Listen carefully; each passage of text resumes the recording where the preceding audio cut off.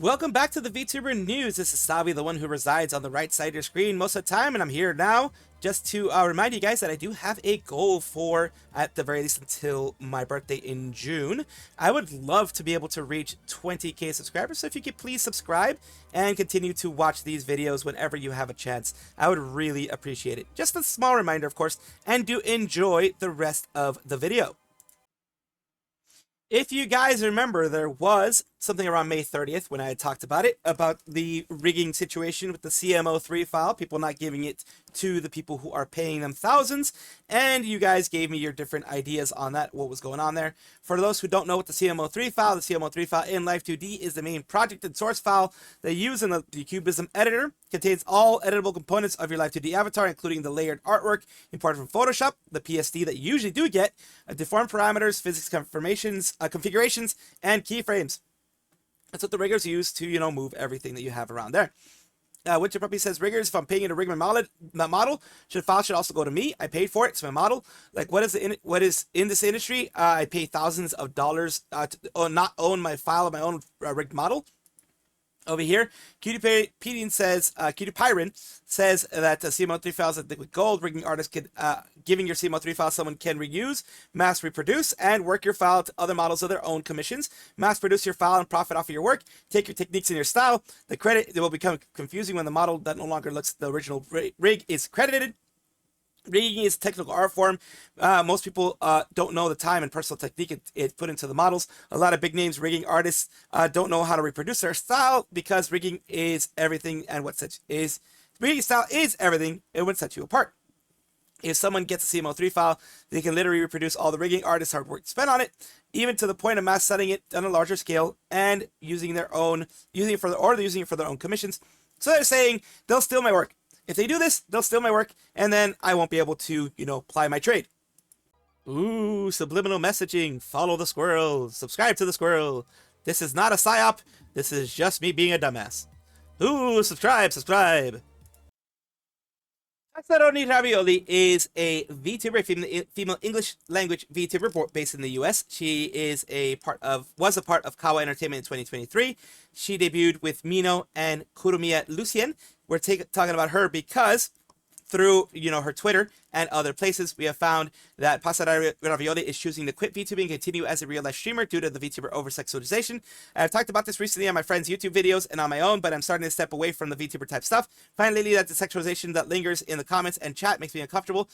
And I feel like it's because of the VTuber stereotype. Today I had a lot of weird comments in chat about infertility and prayers for fertility. And by God, please stop. It's weird and I don't like it and literally ruins the vibe of the stream. You'll see more face cam or just no cam stuff from here on out. I use a VTuber for certain sessions, but I am most likely not going to use a VTuber for streaming for a while. Let's take a look at what people say here. Yes, the famously respectful fans of IRL female streamers. If anything, it will make it worse. Absolutely. There are people who have switched from IRL female streamers to VTubers for the exact same reason. They were getting, threats of doxing. They were getting people wanting to date them. They were getting people being extremely uncomfortable. So yeah. And then, I think she didn't really think this through. I mean, I get what she's saying, and people are weird about VTubers, but if you really have the community full of these people, changing to an IRL streamer is not going to change that. She needs to talk to Giga. Giga knows how to cut that S out of the pit, off at the pass and enforce what she's comfortable with and not comfortable with. It won't, for certain people, will. Specifically, the VTuber audience is absolutely rabid compared to even OF bait IRL streamer girls. I don't know, different flavors. There probably will be less comments about her fertility and more about just classic calling her dumb. She thinks he'll stop. Just ban the weirdos. Plenty of VTubers who don't have over-sexualizing XHTS or hosts or whatever because they're banned. Now, outside of chat, are you going to control you aren't going to control this. You aren't going to control this at all. This was my first thought. I think if it will be any less weird with the face cam seems wildly naive. She is well within her rights to do whatever she wants, but I doubt this will fix the issue she is having. It won't. It absolutely won't. VTuber fans are averse to hearing anything that could imply the community is full of weirdos, but it is. Real-life streamers have creepy fans too, but being a VTuber leads to sexualization in different ways. Drawing P of a VTuber is common, whereas obviously the same isn't widely available for real-life streamers. Jokes and breast size about breast size are common.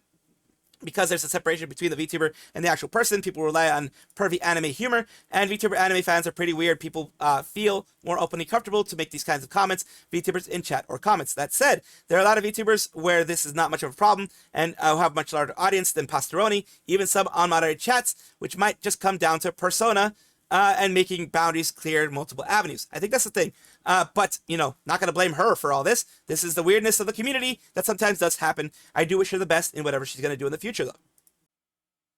The Luminara saga continues. Luminara was an agency, as you can see here, who had a lot of talents, a lot of good talents in there, and was growing by the minute. They were seen as possibly one of the good ones, and as far as I know, the agency itself has not done anything negative, but as you know, the agency is judged by what the CEO does, and CEO has done a lot, been, you know, alleged of cheating and all that kind of stuff. So we have, and also, yeah, leading people on, things like that. So it is, well, more leading people on. I don't think they were cheating on, well, they were technically cheating on somebody, actually.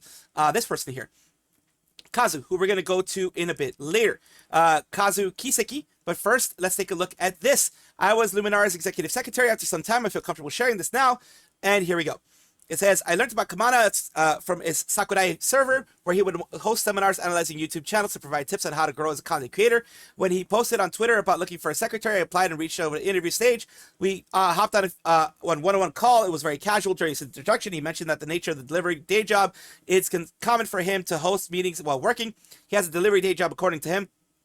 Also, how he attends host meetings most times that I've worked for him, which is understandable and also seemed a bit unprofessional, given the times he has lost focus. Anyhow, after that, he brought up all his connections, such as being Zentrea's manager, close with vshojo and other major corporations. I was promised connections with such later down the line, and supporting the job's low compensation, which did not happen. Due to my availability to be online at any time throughout the day as a college student during summer break, I successfully got the job as a secretary. At that time, he had just begun the idea of Noble One management team, Kamana's project prior to Luminara. This was May. At the end of Noble One, Kamana wanted to build a VTuber agency, so he abandoned the project, took a few notable staff that he enjoyed working with, and moved on. I was one of them and became the executive secretary of Luminara from June to January, my termination. I was heavily burnt out from my workload. I had to fly home to treat my major depressive disorder. I have that too, so I do know how bad it can be. I took a break for a month from December to January. It was the first time I completely cut contact and focused on my well-being. During my leave, my workload was delegated to multiple staff. When I returned, to catch me up to speed, Kamana and I hopped on a call. During that call, I thoroughly explained what happened while I was away from my perspective, which meant taking down a lot of talking down a lot of the staff. At the end, he let me know my workload had been completely delegated and my original position was no longer needed. He wanted to offer me a more important role as he valued my work ethic amongst all the staff. However, he was honest. They had no idea what the position would be, and to give him time to figure that out. During that period where I had no work, I let him know that I'm open to administrative work, mixing and just supporting the current staff. However, until the end, and he shut all of it down and asked me to volunteer until he found something greater for me. So volunteer for free, pretty much. Until this point, he never gave me any details or even the title of higher position. Right then and there, I knew he no longer wanted to pay me and wanted me to volunteer my services along with the colleagues, so I left. Continuing here, workload versus compensation. I have learned that Kamana was a person of decent ideas, yet lacks the knowledge and logistics to execute the projects with success. Originally, Luminara was a production company that wanted to host game shows and events to the community. I remember that myself. That's when I wanted to get involved with Kamana myself. Didn't really do that because, well, I'm tiny. We adopted talents and we continued to run the events again. Felt like we were expanding horizontally instead of upwards. This directly reflects on the ever-growing workload versus stagnant compensation. As I'm writing this, I feel horrible for mentioning compensation in the first place, as most of my colleagues did not have the privilege that I was supposed to be bare minimum, but I would still like to be transparent about everything. It's public knowledge. I'm one of the secretaries Kamana hired from this tweet, which mentioned a stipend of $200 a month. At first, when I joined Noble One, my workload included personal assistant duties, conducting research on social media, analyzing collected data, to spreadsheets. Then I started helping manage Kamana's events, hosting the managed Discord servers, onboarding event participants, keeping track of event results, etc. On top of all these responsibilities, when Luminara formed, I created the managed Discord servers, coded Luminara's website, took notes on all meetings, kept track of company records, organized company workflow schedules, and more, all of which were beyond the initial workload agreement. Yet perhaps because I was one of the only few that got paid, the work kept coming without raise. Eventually, I was burnt out, which led to the break. alleged abuse here. Throughout the months working Kamana, there were instances where he would lose his temper and yell at the staff, me included. Legally, I do have to say these are all allegations. Legally, I do, because they have not been adjudicated in a court of law. This is just legally to protect myself. Do I believe these? In my personal opinion, I believe them. But legally, I can't really. To describe the severity, the call would go completely quiet after his mic distorts and peaks from his screaming. I was also witness to his mistreatment towards Kazu Kiseki, which is the person we're going to talk about in a little bit. To give an example, in one of our calls, our team was informing ourselves about cybersecurity, as there were new methods appearing. We wanted to be careful for a reason I forgot, but we wanted her to be mindful in regards to the topic.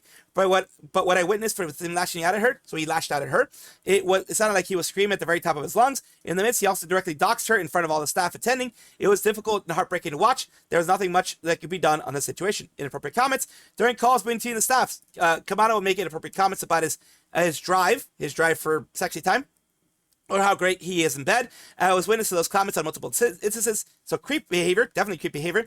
He would word it as half jokingly and half bragging about his attendance in the call, half bragging to the attendants in the call. The comments are extremely uncalled for and inappropriate for a work setting. They're inappropriate pretty much anywhere unless you have consent of all the other people. Especially during a work call, it made me extremely uncomfortable during those moments. Transphobia, there was an instance where someone on the staff made a transphobic comment in a one-on-one work call. We were writing out an application form and they said something along the lines, if I see people checking more than one pronoun, I'm going to blank, it starts strangling. I brought it up to Kamada and let him know that this comment was not only inherently hurtful or in any context, it also is important for us to create a safe environment for the staff and especially for the talents. After the call with said person, Kamada came to the conclusion that said person has a high functioning autism, which makes it very difficult to understand social constructs related to gender inclusivity. Kamada also, the person said an apology, but to my point of view, so the person had said an apology, but to their point of view, it seems that the said person still thought it was a joke. It was just at the wrong place at the wrong time. Did not want to engage this matter any longer, moved on. This was before my break. During the briefing call with Kamana after my break, Kamana frustrated about the issue and brought it up once again. I let him know that I don't see how respecting one's identity and being a decent human being is any difficult. He then shut down the conversation, strongly believing it is very different, and being highly functioning autistic is perfectly reasonable for such behavior. No, it's not. Let me tell you, I am a highly functioning autistic person.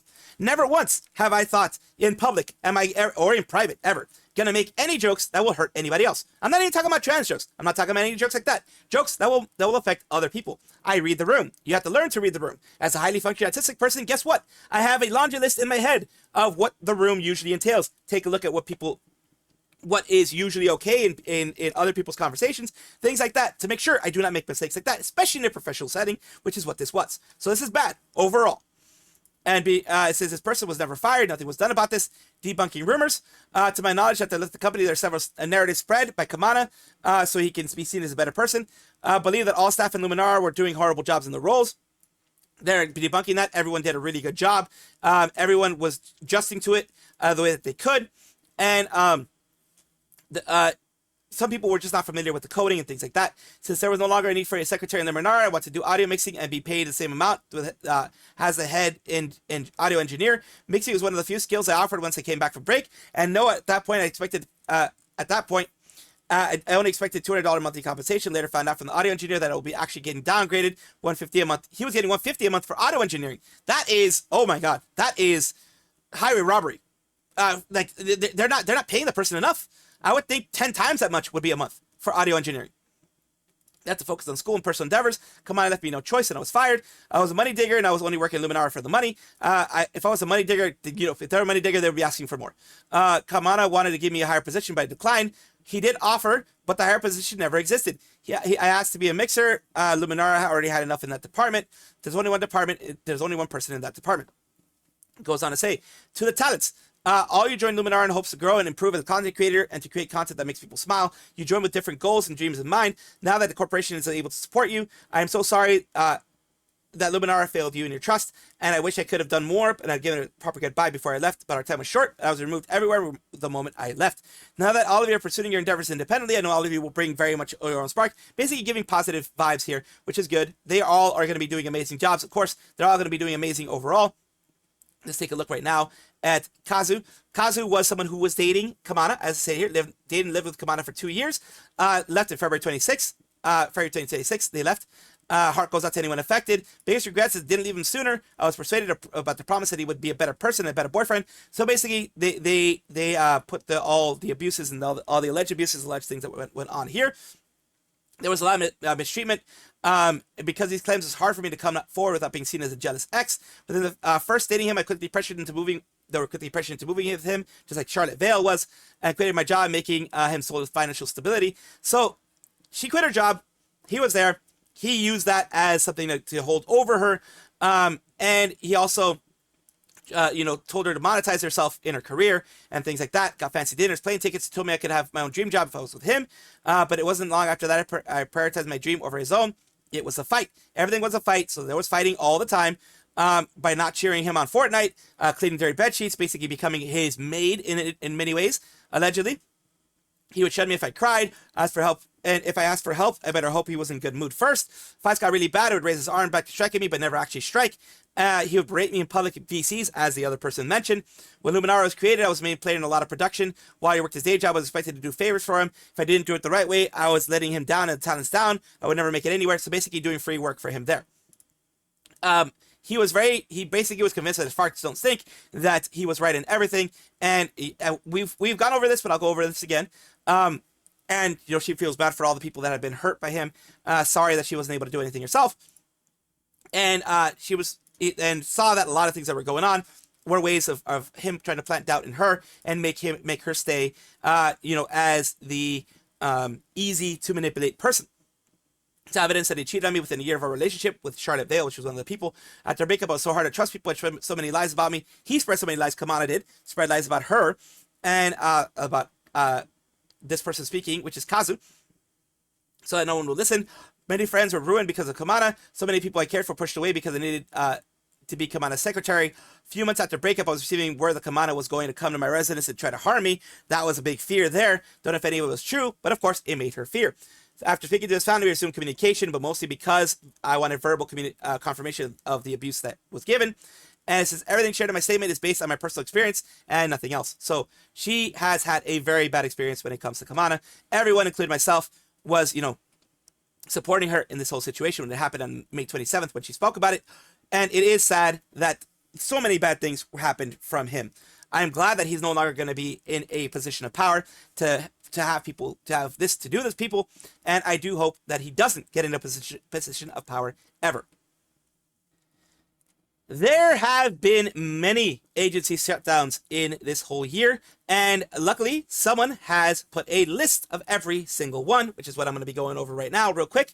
We have V-Lash, January 2026, status fully disbanded, faded talents, operations under Brave Group ended abruptly, talents were splintered and transferred to alternative entities, Ikigai fully dissolved, closed down due to unsustainable workloads and internal administrative friction, Vols fully shut down, closed due to unprofitable after 3 years. Talents were allowed to keep their character IPs, transition to independent streaming. Rima, April 2026, roster liquidated, operations suspension.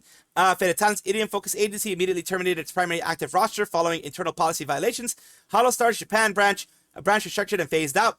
Faded Talents management ended administrative support for the domestic male branch to focus on resources entirely in Hololive, prompting a wave of high-profile talent graduations. Connect Inc.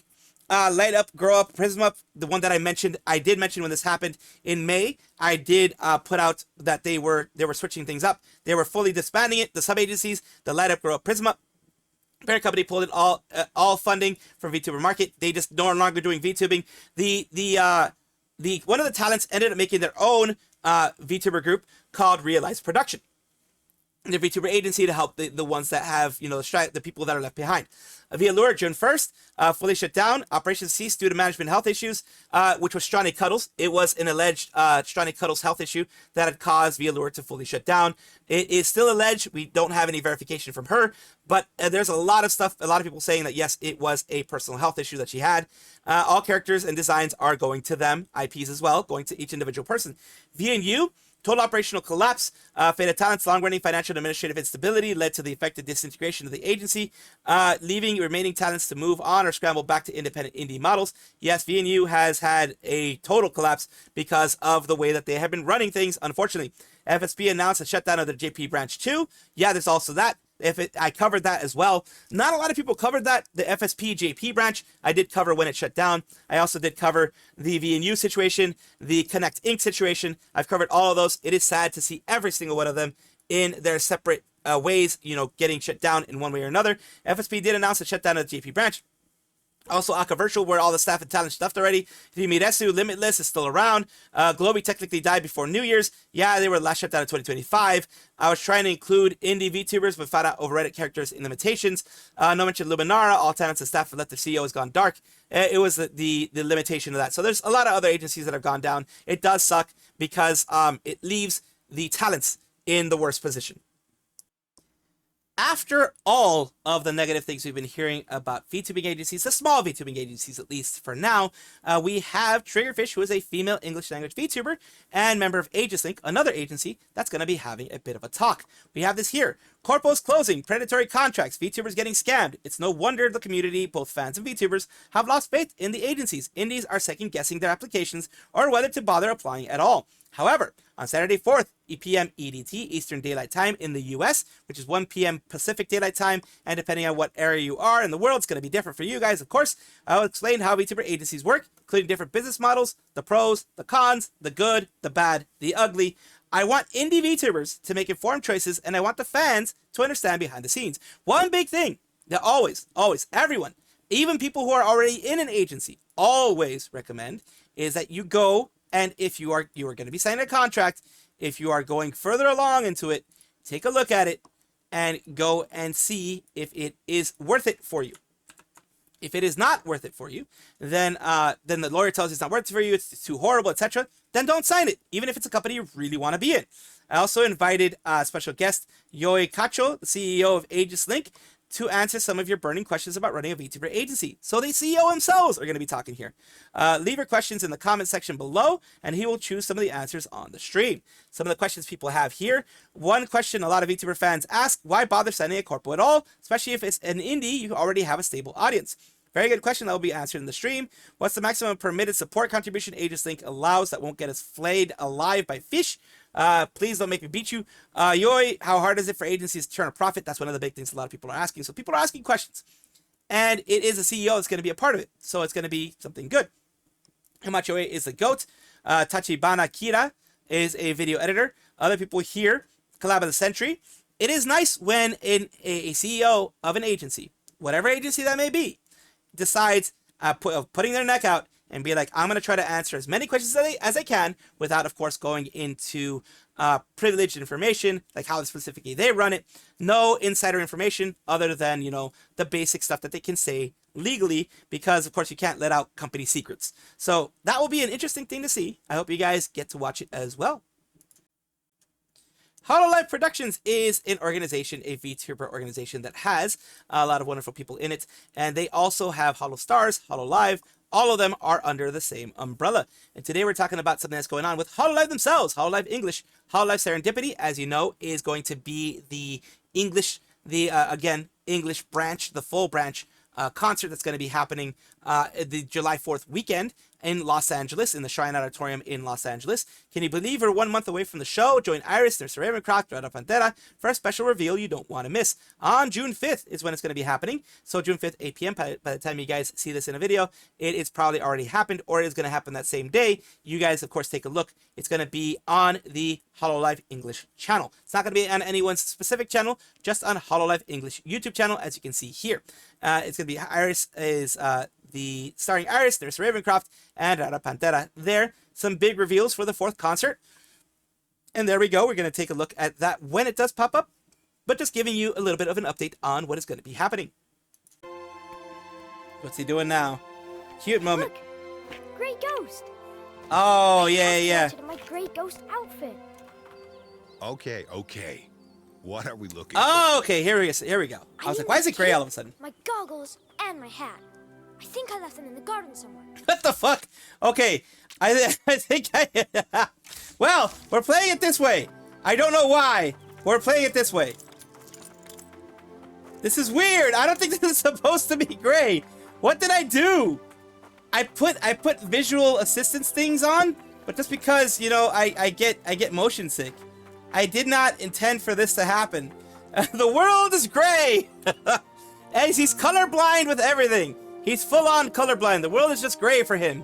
This is just the way it is, the way it was meant to be. Holy hell. I'm gonna try to fix this, I think, because I don't think it's actually meant to be this way.